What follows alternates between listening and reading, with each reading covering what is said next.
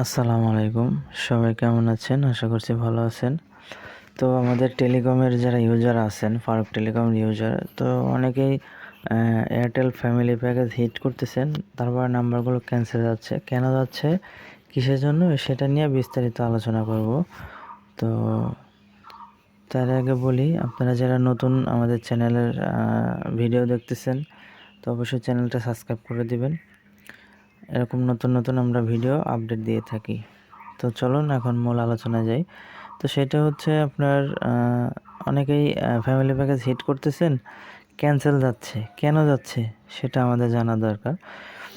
সেটা হচ্ছে, প্রথম কারণ হচ্ছে এখন ফ্যামিলি প্যাকেজটা আমাদের আপডেট হয়েছে। তো সেই কারণে, আপডেট হওয়ার কারণে, ধরুন আজকে যদি আমি অফার নেই, সেটা আজকে নিলে এখন থেকে 2 মাস পরে আমি নিতে পারবো।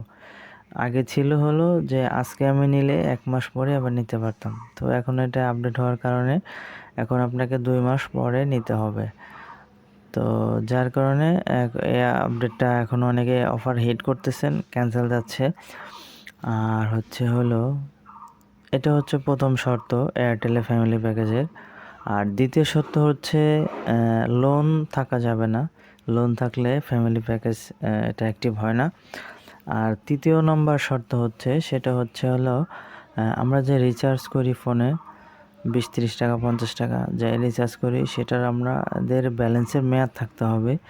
এই মেয়াদটা যদি থাকে তাহলে আপনি পারবেন ফ্যামিলি প্যাকেজ নিতে।